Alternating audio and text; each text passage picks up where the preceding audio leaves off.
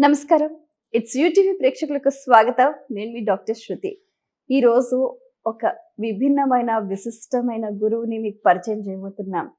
వారు కృష్ణ తత్వాన్ని అతి సరళంగా, కృష్ణ తత్వంలో దాగి ఉన్న గాంభర్యాన్ని, అలాగే శాస్త్ర పరిజ్ఞానాన్ని అందరికీ అర్థమయ్యే రీతిలో ఇటు భారతాన్ని, భాగవతాన్ని, పురాణాల్ని, ఇతిహాసాల్ని అన్నిటినీ కూడా సవివరంగా చెప్పటంలో తనకంటూ ఒక ప్రత్యేకమైన శైలిని ఏర్పరచుకున్నారు.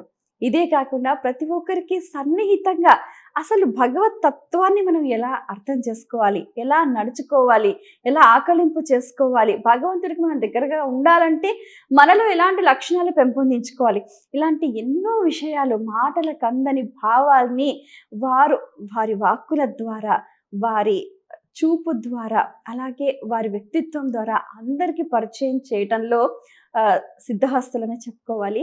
మీ అందరికీ బాగా సుపరిచితులైన వారు ఇస్కాన్ సంస్థలో తనకంటూ ఒక ప్రత్యేకమైన ముద్ర వేసుకొని శ్రీకృష్ణ లీలల్ని, శ్రీకృష్ణ తత్వంతో పాటుగా అసలు భగవత్ తత్వాన్ని ఎలా పట్టుకోవాలి అని అంశం పైన బాగా వారు సాధన చేశారు. శ్రీ శ్రీ ప్రణవానంద దాస్ గురూజీ గారు.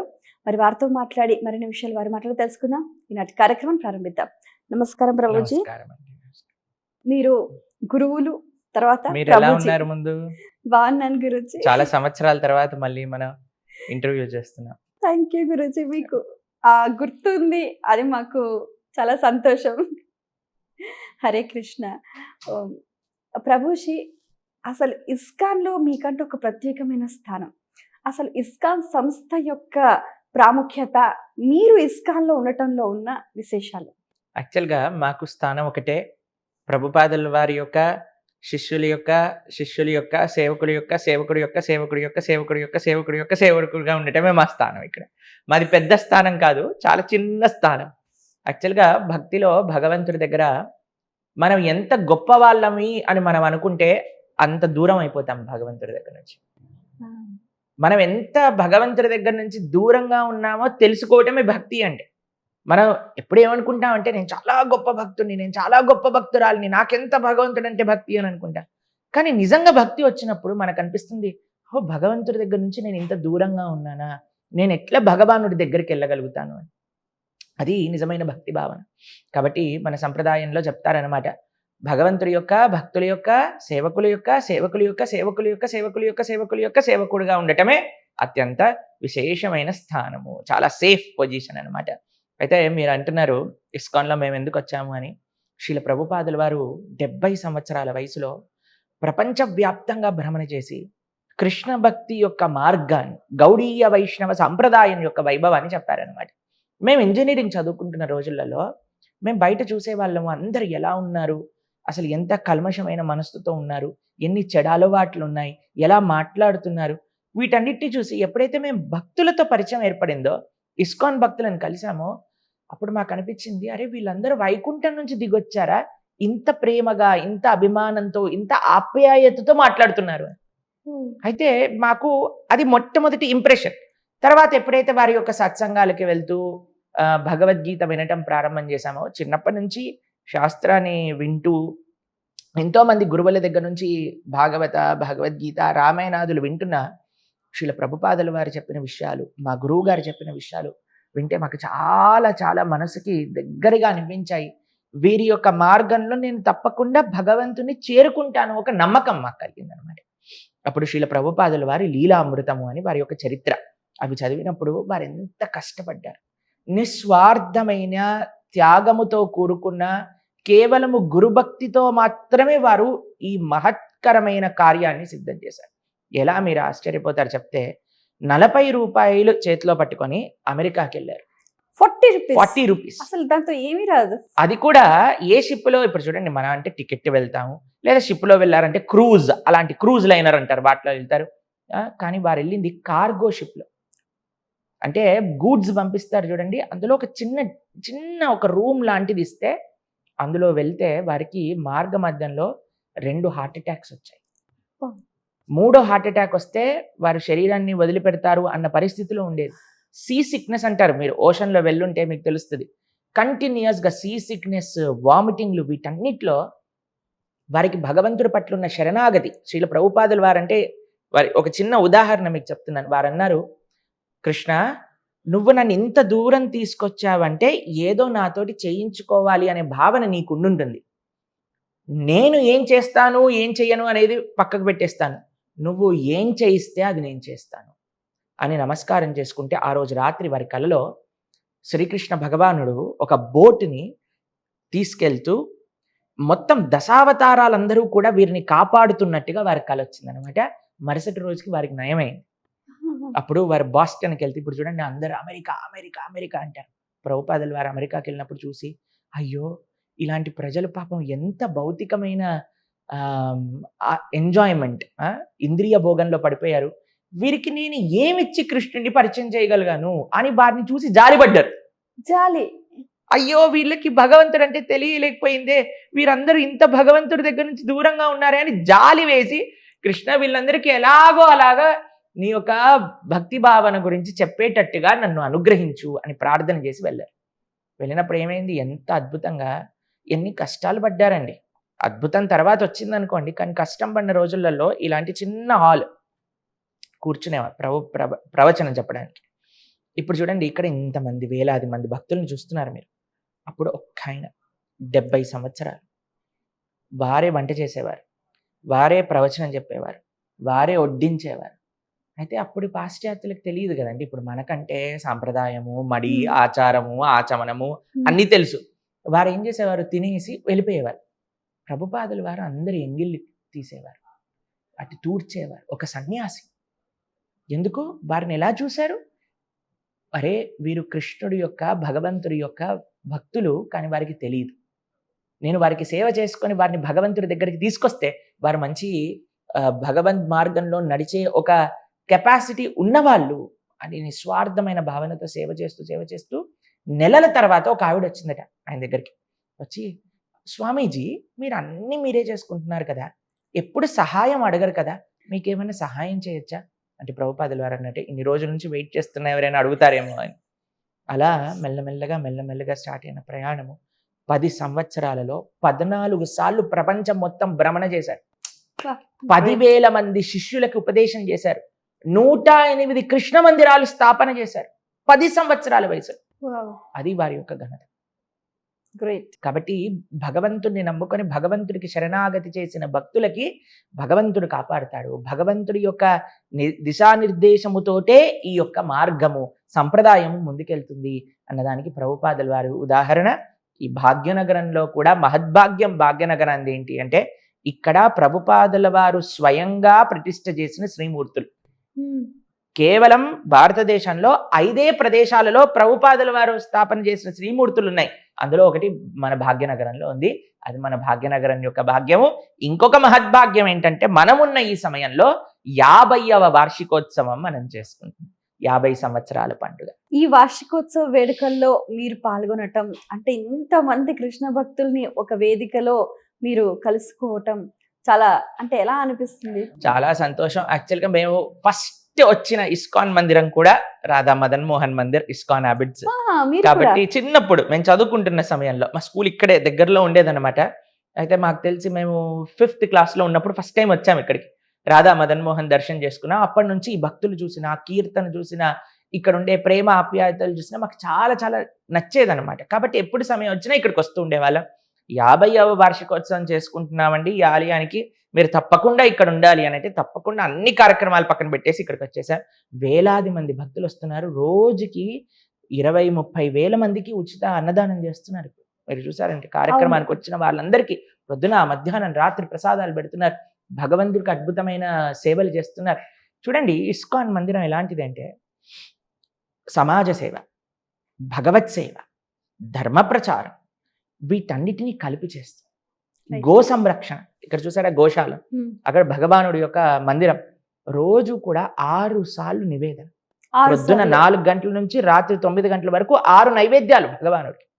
రోజు హరినామ సంకీర్తన, ప్రతిరోజు భాగవత ప్రవచన, సాయంకాలం పూట భగవద్గీత ప్రవచన, తులసి ఆరాధన. ఇంతమంది యువత మీరు ఏ గుళ్ళో చూస్తారండి ఇంతమంది యువతని? వేలాది మంది యువత ఎలా వస్తున్నారు? కృష్ణుడు ప్రభుపాదుల వారి యొక్క శక్తి. సమాజానికి సేవ చేస్తున్నది, మొత్తం ఇస్కాన్ చేస్తున్న సర్వీస్ ప్రపంచం మొత్తం తెలుసు. అందుకే యువతంతా కూడా వస్తున్నారు, భగవంతుడి దర్శనం చేసుకుంటున్నారు, కీర్తనలో పాల్గొంటున్నారు, భగవంతుడి యొక్క భగవద్గీత భాగవత ప్రవచనాలు వింటున్నారు. మీరు చూసారా, యువత అందరి చేతిలో మాల పట్టుకొని జపం చేస్తున్నారు. అలా అని వాళ్ళు కేవలం ఆలయంలో ఉండట్లేదండి, వారు చదువుకుంటున్నారు, ఉద్యోగాలు చేస్తున్నారు, అవన్నీ చేస్తూ మనకి ఇక్కడ కైంకర్యం చేస్తున్నారు. ఇది కదా మనకి భారతదేశానికి ముందు కావాల్సింది, అవునా కాదా చెప్పండి? అయితే ఇస్కాన్‌లో చేరాలి, ఇస్కాన్‌లో అందులో వాళ్ళ యాక్టివిటీస్‌లో మనం కూడా పాల్గొనాలి అని అంటే కూడా కొంచెం ఫ్యామిలీకి దూరంగా ఉండాలంటారు. అంటే ఈ విషయం ఎక్కువగా ప్రచారంలో ఉంది. అలా దానికి సంబంధించి. అలా ఏం అవసరం లేదు. ఇప్పుడు మీరు చూడండి, మేము ఆశ్రమంలో ఉన్నాం కాబట్టి మేము కుటుంబం దగ్గర నుంచి దూరంగా ఉంటాం. కానీ ఇప్పుడు మన వెనకాల పిల్లవాడు ఉన్నాడు మానస్ అని, ఇంట్లో ఉంటారు, వాళ్ళ అమ్మగారు నాన్నగారు మంచి సేవ చేస్తాడు, చదువుకుంటాడు, ఇప్పుడే జాబ్ కూడా వచ్చింది, అలానే భక్తి కూడా చేస్తాడు, మంచి కీర్తన చేస్తాడు. అలా ఓకే. రెండు, మీరు సాంసారికమైన జీవితంలో మీ బాధ్యతలను సక్రమంగా చేస్తూ కూడా భక్తి చేసుకోవచ్చు. భక్తి మార్గానికి కుటుంబానికి దూరంగా ఉండడానికి ఎటువంటి అవసరం లేదు. మరి మేమెందుకున్నాము అని అంటే, మాకు చిన్నప్పటి నుంచి, మేము సెకండ్ క్లాస్లో ఉన్నప్పటి నుంచి మా అమ్మగారికి నాన్నగారికి చెప్పాను, అమ్మ ఈ జీవనం పూర్తిగా కృష్ణుడికి, మేము ఇంకా సాంసారికమైన వ్యవహారాలలో పడదలుచుకోలేదు. మా విద్యాభ్యాసం అయ్యి మీకు మీ అనుగ్రహం వచ్చేంత వరకు మాత్రమే ఇక్కడ, దాని తర్వాత మా గురువు గారి ఆచార్యుల యొక్క సేవలో భగవంతుడి యొక్క కైంకర్యంలోనే ఉండాలి అని చిన్నప్పటి నుంచి మాకు ఆశ ఉంది. అలాంటి నేచర్ మాకుంది కాబట్టి మేము అలా భగవంతుడి యొక్క కైంకర్యంలోకి వచ్చాం. అసలు ఒక భగవంతుడిని ఎలా దర్శించాలి? ఎలా సేవించాలి? ఎలా నామాన్ని మననం చెయ్యాలి? మీరు చూడండి, ఒక విశేషం, ప్రభుపాదుల వారు గురువు గారు ఒక విషయం చెప్తారు, భగవంతుణ్ణి చూడాలనుకోకు, ఎట్లా భగవంతుడి సేవ చెయ్యి అంటే భగవంతుడే నిన్ను చూడాలనుకోవాలి.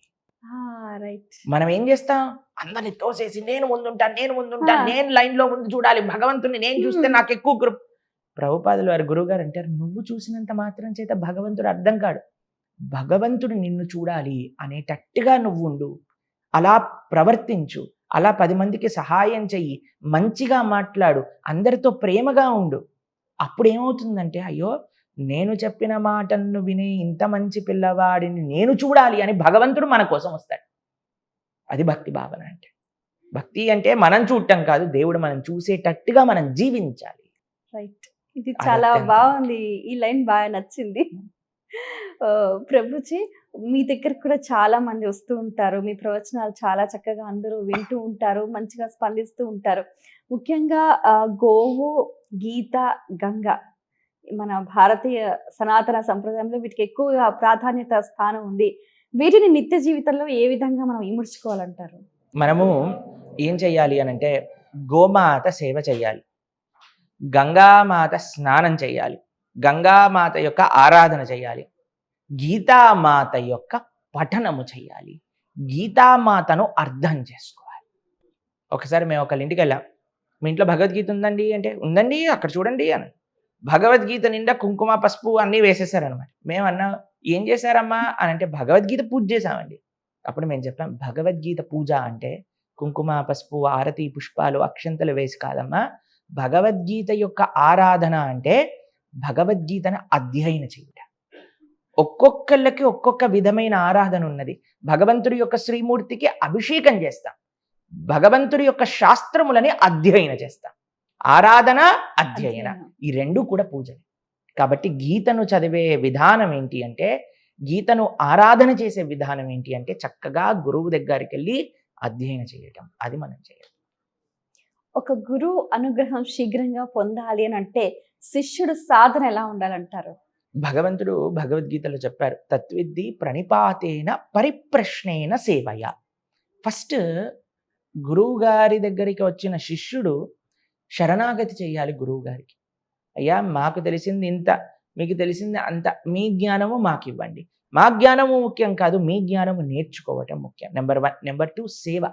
దాని తర్వాత గురువు గారి యొక్క ప్రవచనములు విని ఏమైనా ప్రశ్నలు ఉంటే వాటిని అడిగి వాటికి సమాధానం తెలుసుకోవటం. ముఖ్యంగా ముందు శరణాగతి, సేవ, దాని తర్వాత ప్రశ్న. ఈరోజు అందరూ ప్రశ్నిస్తారు, సేవ చేయరు. సేవ చెయ్యి, సరెండర్ అవ్వు, ప్రశ్న అడుగు, సమాధానం వస్తుంది. ఆ సమాధానము ఆకలింపు అవుతుంది, లేకపోతే ఆకలింపు. సమాధానాలు ఎన్నో వింటాం, కానీ ఒంటికి పట్టదు. మెడిసిన్ వేసుకోవటం ముఖ్యం కాదు, ఆహారం తీసుకోవటం ముఖ్యం కాదు, వంట పట్టాలి కదా, అది ముఖ్యం. అది ఎప్పుడు వస్తుంది? గురువుల యొక్క అనుగ్రహంతో వస్తుంది. అలా శ్రీల ప్రభుపాదుల వారు ప్రపంచమంతా భ్రమణ చేసి అందరికీ గీత, భాగవత, రామాయణ, శ్రీకృష్ణ భగవానుడి యొక్క విశేష జ్ఞానాన్ని అందించిన గురువులు. వారి యొక్క ఆశ్రయంలో, వారి శిష్యుల యొక్క చక్కటి మార్గదర్శకంలో మనందరం కూడా నడవాలి అని మీకు, మీ ప్రేక్షకులందరికీ ఒక ఆహ్వానము. తప్పకుండా రాధా మదన్ మోహన్ మందిరం, ఇస్కాన్ అబిడ్స్ రండి, దర్శించండి, ఆ భగవంతుడి యొక్క పరిపూర్ణ కృపా కటాక్షాలు పొందండి. ప్రభుజీ, ఇస్కాన్ అంటే అందరిలో ఉన్న భావన ఏంటంటే వాళ్ళు భగవద్గీత బాగా ప్రచారం చేస్తారు, హరే కృష్ణ నామాల్ని బాగా జపిస్తూ ఉంటారు. ముఖ్యంగా ఇస్కాన్లో మధ్యాహ్నం ప్రసాదం చాలా అద్భుతంగా ఉంటుంది, కమ్మగా ఉంటుంది అని. తీసుకునే ఆహారం వ్యక్తి జీవితంలో ఎటువంటి ప్రభావం చూపిస్తుంది అంటారు? మనం తీసుకునే ఆహారంలో ఒక వంతు మొత్తం కూడా మన మనస్సులా మారిపోతుంది. ఒకటి ఎనర్జీగా మారుతుంది, 2 బ్లడ్గా మారుతాయి, వివిధ విషయాలు చెప్తారు కదా. అట్లనే ఒకటి మనస్సుగా మారుతుంది. భగవంతుడికి నివేదన చేసిన సాత్వికమైన ప్రసాదం ఎప్పటికీ కూడా మన మనసుని బాగా చేస్తుంది. మీకు ఒక చిన్న ఉదాహరణ చెప్తాను. మీరు ఇంట్లో ఎన్నోసార్లు దధ్యోజనం చేస్తుంటారు. తిరుమలలో క్యూ లైన్లో వచ్చిన దధ్యోజనానికి ఏంటి విశేషం చెప్పండి? అది కమ్మగా అమృతంలా ఉంటుంది. అవునా కాదా చెప్పండి? ఎందుకు? భగవద్ నివేదన కాబట్టి. ఇప్పుడు మీకు ఒక విషయం చెప్తాను.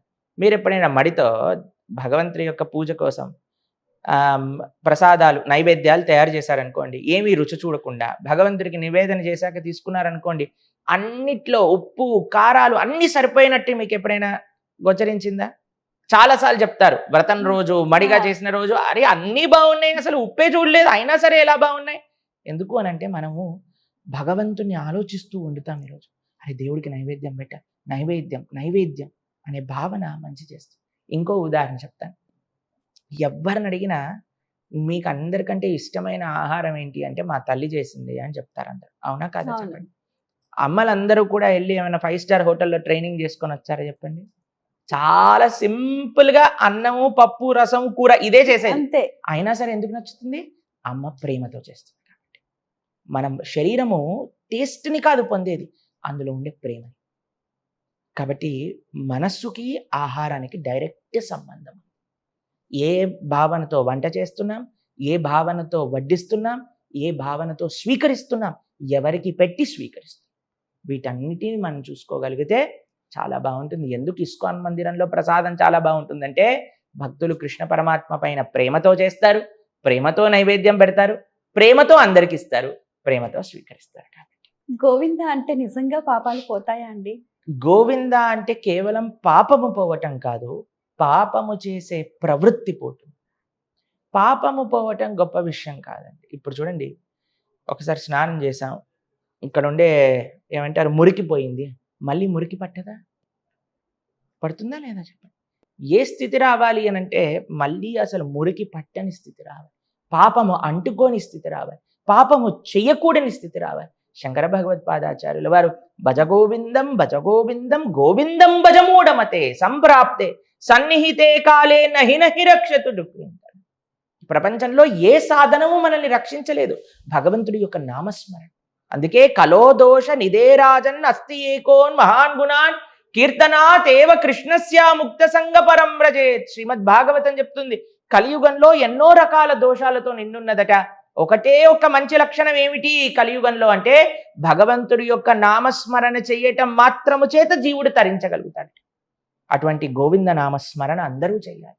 అందరికీ పరమావధి కలియుగంలో ఏదన్నా ఉంటే అది భగవంతుడి యొక్క నామాన్ని పలకటమే. హరే కృష్ణ కృష్ణ కృష్ణ హరే హరే, హరే రామ రామ రామ హరే హరే మహామంత్రాన్ని జపించండి. అందరూ కృష్ణుడి యొక్క కృపకి పాత్రలు. చాలా సంతోషం అండి, మీ అమూల్యమైన సమయాన్ని కేటాయించి ఎన్నో విషయాలు చక్కగా మాకు తెలియజేసినందుకు ధన్యవాదాలు. సంతోషం. వీక్షించారు కదండి, ఇది ఇవాళ మన ప్రత్యేకమైన కార్యక్రమం. ప్రభుజీ గారు చెప్పినట్టుగా నిత్యం నామస్మరణ చేస్తూ ఉండండి, ఆ భగవంతుని కృపకు పాత్రలు కండి. మరో కార్యక్రమంలో మళ్ళీ కలుసుకుందాం. అంతవరకు సెలవు, నమస్కారం.